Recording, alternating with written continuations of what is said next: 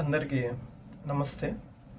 ప్రభుత్వం కొత్తగా తీసుకొచ్చిన అప్డేట్ ఏంటంటే, మనకి ఏదైనా వ్యవసాయ భూమి ఉండి దానిని వ్యవసాయేతర అవసరాలకు వినియోగించుకోవాలనుకుంటే, అక్కడ వ్యవసాయం మానేసి ఇల్లులు కానీ వాణిజ్య సముదాయాలు కానీ నిర్మించుకోవాలనుకుంటే ప్రభుత్వానికి నాలా పన్ను 5% కట్టాల్సి ఉంటుంది.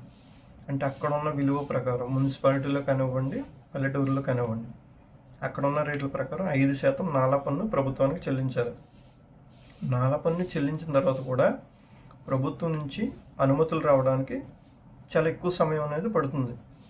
దీనిని గమనించిన ప్రభుత్వం ఏం చేసిందంటే, నాలా పన్ను స్థానంలో బాహ్య అభివృద్ధి ప్రణాళిక అని 5% వేసే పన్నుని 4%గా మార్చింది. అంటే 1% తగ్గించింది. ఈ బాహ్య అభివృద్ధి ప్రణాళిక ఫీజుగా వసూలు చేసిన 4% ఏం చేస్తుందంటే, అక్కడ మౌలిక సదుపాయాల కల్పన అంటే తాగునీరు, డ్రైనేజీలు, కరెంట్ సిస్టము, రోడ్లు ఇటువంటి వాటికి వినియోగించాలని నిర్ణయించింది. అలాగే మనం ఫీజు చెల్లించిన వెంటనే అనుమతులు వచ్చేలా ప్రభుత్వం అందించాలని నిర్ణయించింది. కాబట్టి దీనికి సంబంధించిన విధి విధానాలన్నీ త్వరలో ప్రభుత్వం విడుదల చేస్తుంది. Thank you.